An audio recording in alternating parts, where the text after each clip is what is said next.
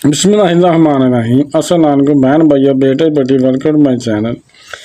आज की वीडियो का अनुमान है कि कौन से मुसाफिर को ज़कात नहीं दी जा सकती, क्योंकि ज़कात के जो मुसाफिर बताए गए हैं कुरान पाक में 8 हैं। उनमें से एक मुसाफिर भी है कि मुसाफिर को ज़कात दे दें, क्योंकि मुसाफिर तो रास्ते में होता है, उसका माल अगर लुट जाए, उसके पास कुछ नहीं बचा, तो उसको वो ज़कात लेने का हकदार है, खां घर में कितना अमीर है।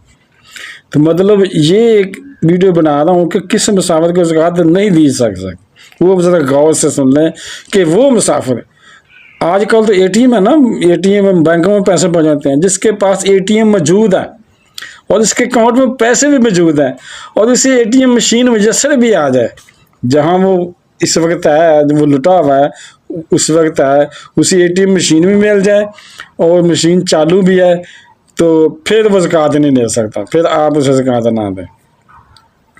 तो ये मुसाफिर है जिसको आप ज़कात नहीं दे सकते। अगर वो उसके पास कुछ भी नहीं है, एटीएम नहीं है या मशीन ख़राब है, पैसे नहीं है, तो उस रखते सफ़र से चाहिए, फिर आप ज़कात उसे दे सकते हैं। बहन भाइयों, बेटे आप बेटियों, आपको ये अच्छी तरह समझ आ जी होगी कि कौन से मुसाफिर को ज़कात नहीं दे सकते।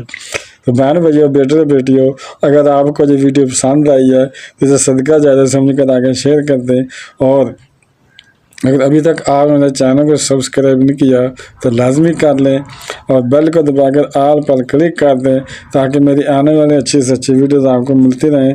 चलो मिलते हैं नेक्स्ट वीडियो में। अस्सलाम वालेकुम, खुदा हाफ़िज़।